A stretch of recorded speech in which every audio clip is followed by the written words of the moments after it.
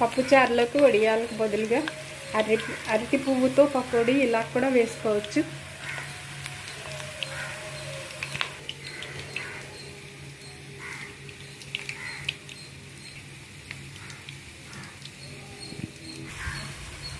రెండు స్పూన్లు